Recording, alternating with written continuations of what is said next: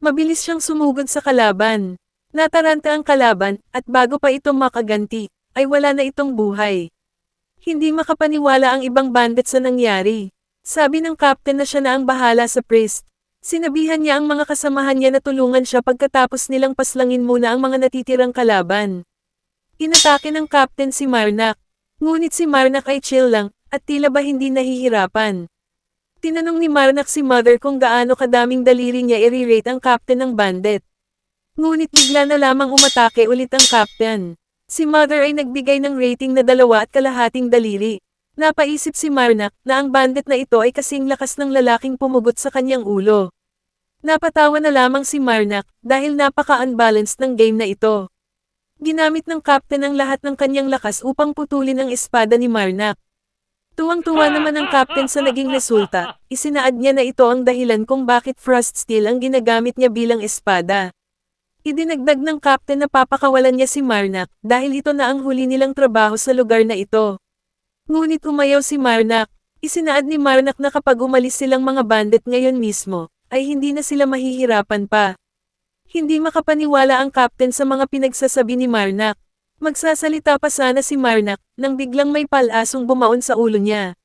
Tuwang-tuwa ang captain, sinabihan niya ang mga kasamahan niya na ang tagal nilang dumating at muntik na daw siyang mamatay. Hindi naman naniwala ang mga kasamahan niya dahil nakita mismo nila kung paano niyang pinutol ang espada ni Marnak. Nagyabang naman ang captain na totoong pinutol niya ang espada sa dalawa. Tinanong niya ang mga kasamahan niya kung napaslang na ba nila ang lahat ng mga natira. Sumagot naman sila na napaslang na nga nila ang lahat. Pinaslang niyo ba talaga ang lahat? Tanong ni Marnak. Hindi sila makapaniwala, tila ba nakakita sila ng multo. Si Marnak, na akala nila ay patay na, ay bigla na lamang tumayo. Nagtanong pa si Marnak kung bakit gulat na gulat sila, hindi pa ba kayo nakakita ng taong nabuhay muli pagkatapos tamaan ng palaso sa ulo? Tanong ni Marnak. Siyempre, ngayon pa lang sila nakakita ng ganito. Si Marnak ay nagsimulang magdasal, may berdeng aura ang bumalot sa katawan niya. Ang captain ay inutusan ang kanyang mga kasamahan na panain si Marnak. Tumalsik ang dugo ni Marnak, ngunit tila ba hindi siya natatabla ng mga ito. Sinubukan nilang tumakbo, ngunit hindi sila makaalis, tila ba may isang pader na nakaharang sa kanila. Ang pader na ito, ay ang tinatawag na linya kung saan ang buhay, ay hindi maaaring dumaan. Isa itong authority, na kailangan gamitin ng Priest of Corruption bago gumamit ng tunay na kapangyarihan. Pinagbabawalan nito ang mga kalaban na makawala, at itinatago din nito ang divinity ng corruption. Isinaad niya na gustong-gusto niya talaga ang authority ito, habang si Mother ay nanonood mula sa itaas. Inutusan ng captain ang kasamahan niya na bunutin ang kanilang espada. Magsasalita pa sana siya, ngunit namatay na siya. Napasigaw na lamang ang mga kasamahan niya. Hindi sila makapaniwala sa kanilang nakikita, isang napakalaking kamay ang dumurog sa kanilang captain. Isang puting halimaw na may 4 na kamay, at napakalaking bunganga, at walang mga mata. Ang mga natirang bandit ay nagmakaawang mailigtas. Nagmakaawa sila kay Marnak, nangako silang hindi na uulit pa. Ngunit ngumiti lamang si Marnak, at inutusan ng halimaw na kainin lahat, at magtira lamang ng mga ulo. Bumalik si Marnak sa kanyang party, at nakita niyang patay na ang lahat. Sinabihan siya ni Mother na kolektahin ang divinity ng mga namatay.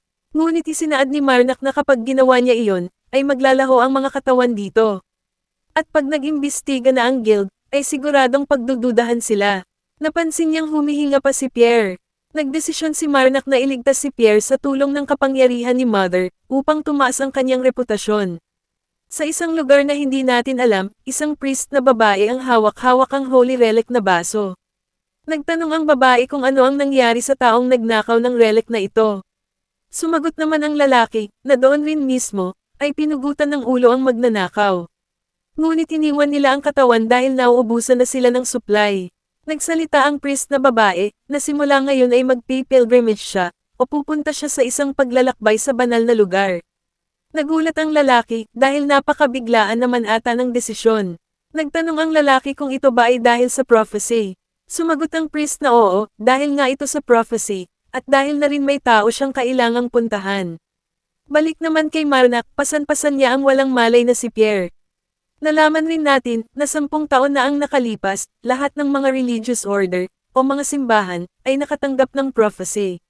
na nagsasabing ang wakas ay magsusuot ng balat ng buhay at darating sa mundo. Ang receptionist ay biglang lumapit kay Marnak at nagsabing pwede na siyang pumasok.